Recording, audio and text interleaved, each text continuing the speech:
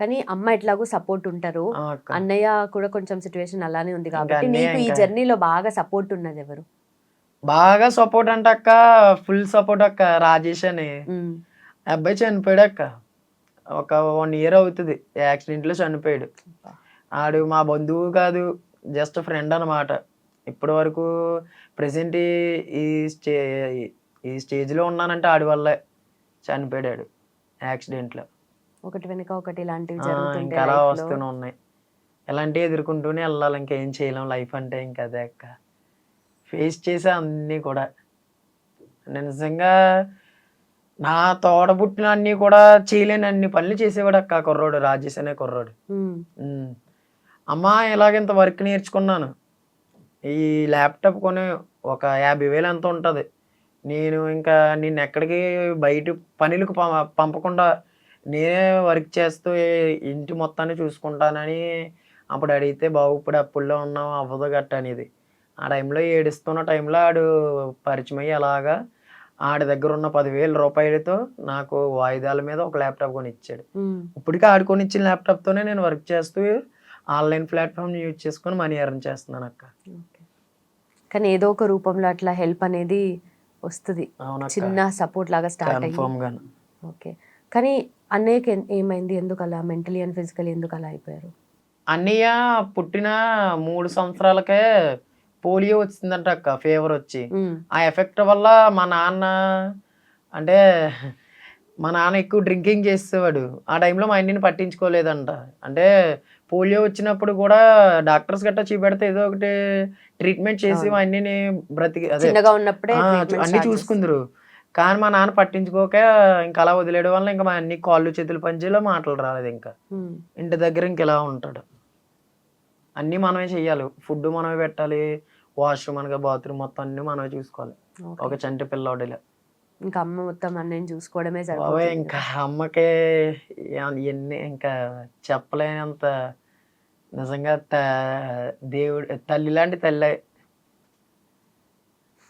మాటలు రాట్లేదు అమ్మ గురించి చెప్పాలంటే.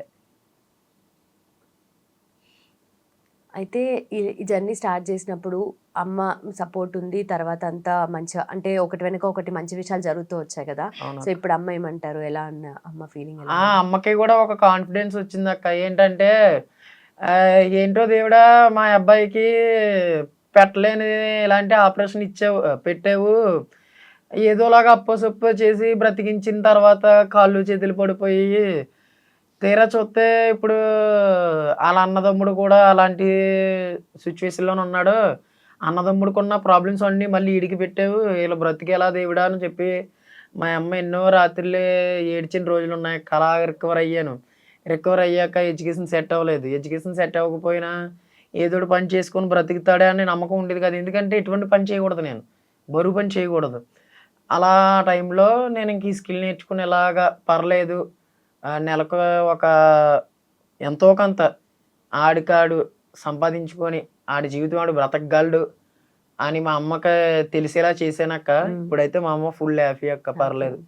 ఓకే. ఇలాగే ఉండాలక్క. మా అమ్మని ఇంకా అలా హ్యాపీగా చూసుకుంటానక్క.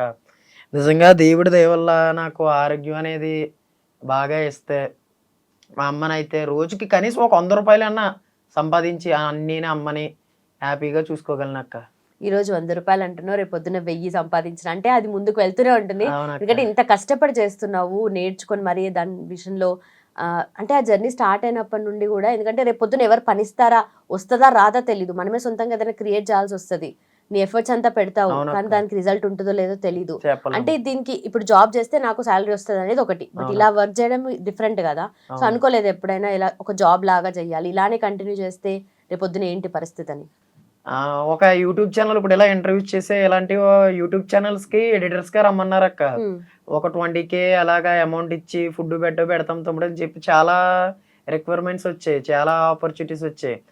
కానీ ఏంటంటే నేను ఎక్కడికి వెళ్ళలేను. ఎందుకంటే ఇప్పటికి కూడా అక్క ఇప్పుడు ఈ నైట్ ఇక్కడ జర్నీ చేసొచ్చానా, ఇంటికాడ మా అమ్మని ఎన్ని ఇబ్బందులు పెడుతున్నాడో తెలీదు మా అన్నయ్య. ఆహా! ఓకే. ఆ! అంటే నేను లేకపోతే మా తమ్ముడు ఎక్కడికో పోయాడు అని చెప్పి భోజనం చేయడు. హ్మ్. హ్మ్. అమ్మని ఇబ్బంది పెట్టేస్తాడనమాట పడుకునేటప్పుడు గట్టాను. ఓకే. అందుకని ఇంకెక్కడికి వెళ్ళలేదక్క. అవ్వట్లేదు. వెళ్ళడానికి వీలు లేదు నాకు. ఓకే. సో, ఇంక అంటే ఇంటికాడ అంటే ఉండే అన్నీ గుర్తుపడతారు. అన్నీ అహా! నార్మల్‌గా నిజంగా అన్నీ తెలుసక్క. ఆ! ఆ లోక జ్ఞానం మొత్తం తెలుసు. కానీ ఇంకా కాళ్ళు, చేతులు పనిచేయవు, మాటలు రావు అంతే. ఓకే. అన్నీ ఏం తెలుసు. జరుగుతుంది ఏంటని అన్నీ అన్నీ గ్రహిస్తాడు. తెలుస్తాయి. నేను ఒక్కొక్కసారి టాబ్లెట్ ఏసుకోకపోయినా ఏసుకున్నావా లేదని చెప్పి చేత్తాడు, సైగలు సైగలతో చేత్తాడు. చెప్తా. అన్నీ చెప్తాడక్క. ఓకే. నీ మీద కూడా చాలా ప్రేమ, ఆ! బాండింగ్ ఉన్నట్టుంది. ఉందక్క. ఓకే. సో, నువ్వేమన్నా ఉన్నా గూడా అన్నయ్యతో అంటే మాట్లాడలేకపోయినా మనమైతే చెప్పగలుగుతాం గదా! ఏదైనా ఆ! చెప్తూ ఉంటావా అలా? చెప్తుంటాను ఏం చెప్తావు? ఒక్కొక్కసారి. అంటే నార్మల్‌గానే చిన్న చిన్న కామెడీ అయినందుకు ఏడు జోక్స్ చెప్తుంటానక్క. ఓకే. "అన్నయ్య ఇన్‌స్టాలో నీయి రీల్స్ పెడుతున్నాను గదా! నీకంటే మీ అన్నయ్య బాగున్నాడని చెప్పి కామెంట్లు ఎడతార్రా" గట్టా అంటే ఆ! పిల్ల అంటాడు అన్నయ్య. అమ్మో! పిల్ల అంటాడు. అంటే ఒక చెయ్యి పని ఆ! చేత్తది గదా! అది అమ్మాయి అని చెప్పడానికి ఇలాగ అంటాడు. సైగలన్నీ తెలుసు. అన్నీ చెప్తాడక్క. హ్మ్. సో, ఇంత అంటే చేస్తున్నప్పుడు గూడా నార్మల్లీ ఎడిటింగ్ స్టార్ట్ చేసిన తర్వాత ఎలా లైఫ్ టర్న్ అయింది? అంటే ఒక జర్నీ ఉంటది. ఒక ఫేజ్ నుండి ఒక అవునక్క. ఫేజ్‌కెళ్తుంటది. ఇప్పుడు ఫోటోగ్రఫీ కూడా చేస్తున్నావు గదా! అంటే ఎట్లా ఉంటది? ఒక డేలో ఎలా వర్క్ జేస్తావు? అండ్ ఏ సాఫ్ట్‌వేర్ యూజ్ చేస్తావు? ఎట్లా ఉంటది మొత్తం అంతా? నేనొచ్చేసి ఫోటోషాప్ యూజ్ చేస్తానక్క. హ్మ్. ల్యాప్‌టాప్‌లోని. స్టార్టింగ్ మొబైల్‌లో ఎడిట్ చేసేటప్పుడు ఇప్పటికి చెప్తున్నాను. మన ఫోటోషాప్‌లో ఉన్న ఆప్షన్స్ అన్నీ కూడా ఇప్పుడు మన మొబైల్‌లో ఫోన్‌లో ఎలక్ట్రోషన్ అనే యాప్ ఉందక్క.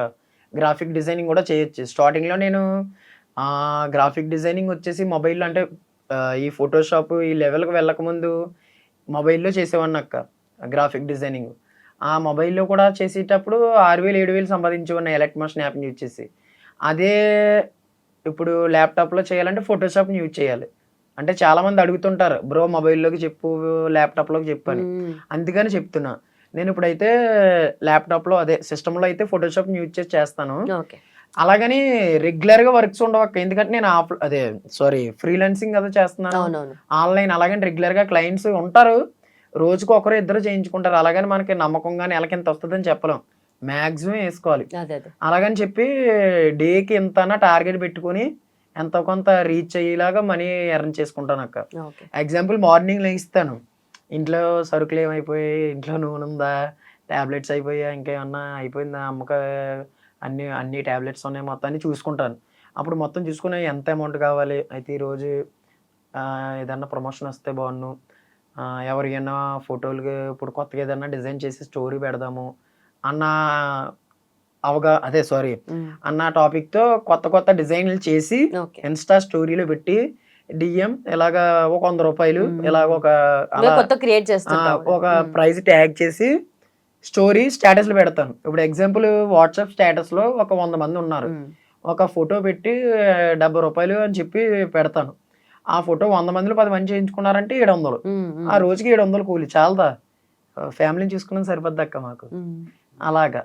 అలాగా టార్గెట్ పెట్టుకుంటా రోజుకి ఒక 700 రావాలి. ఒక రూ. 1000 రావాలి అని. అలా ఇప్పుడైతే పర్లేదు.